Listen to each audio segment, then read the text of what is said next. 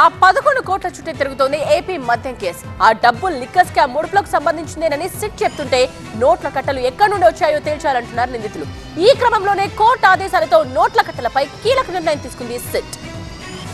AP మద్యం కుంభకోణం కేసులో హైదరాబాద్ లో ఏపీ సిట్ సీజ్ చేసిన 11 కోట్ల రూపాయలను బ్యాంక్ లో డిపాజిట్ చేశారు సిట్ అధికారులు. ఈ నెల 2న మాచవరం ఎస్బీఐలో 11 కోట్లు డిపాజిట్ చేసినట్టు కోర్టుకు రసీదులు అందించారు. కోర్టు ఆదేశాల మేరకు అన్ని నోట్ల కట్టలను ఫోటోలు, వీడియో తీయించినట్లు సిట్ అధికారులు న్యాయస్థానానికి తెలిపారు. ఈ కేసులో సీజ్ చేసిన 11 కోట్లను బ్యాంక్ లో డిపాజిట్ చేయకుండా అడ్డుకోవాలని ఏసీబీ కోర్టులో కేసిరెడ్డి రాజశేఖర్ రెడ్డి తరపు న్యాయవాదులు పిటిషన్ దాఖలు చేశారు. సీజ్ చేసిన నోట్ల సీరియల్ నెంబర్స్ నోట్ చేయకుండా బ్యాంక్ లో సిట్ డిపాజిట్ చేసేందుకు సిద్ధమైందని పిటిషన్ దాఖలు చేశారు. దీంతో సిట్ స్వాధీనం చేసుకున్న నోట్లను వీడియో విడిగానే ఉంచాలని ఏసీబీ కోర్టు ఆదేశించింది. మరోవైపు ఆర్బీఐ నుంచి సీజ్ చేసిన డబ్బు వివరాలు కోరారు కేసిరెడ్డి. 11 కోట్లపై అడ్వకేట్ కమిషన్ నియమించాలని పిటిషన్ దాఖలు చేశారు. దీనిపై తదుపరి విచారణను ఈ నెల 6కి వాయిదా వేసింది ACB court. Mithun Reddy, Dhanunjay, Govindappa bail పై విచారణను మంగళవారానికి వాయిదా వేసింది కోర్టు. కృష్ణమోహన్ బెయిల్ పిటిషన్ విచారణ ఈ నెల 6కు వాయిదా పడింది. ఇక లిక్కర్ కేసులో నేతల మధ్య మాటల యుద్ధం కొనసాగుతుంది. లిక్కర్ కేసును ఈడీకి అప్పగించాలన్నారు TDP MLA Pulivarthi Nani. Liquor scam లో 100 కోట్లు దోచేశారని, చెవిరెడ్డి మనీ హవాలా చేసినట్టు ఆధారాలున్నాయని తెలిపారు.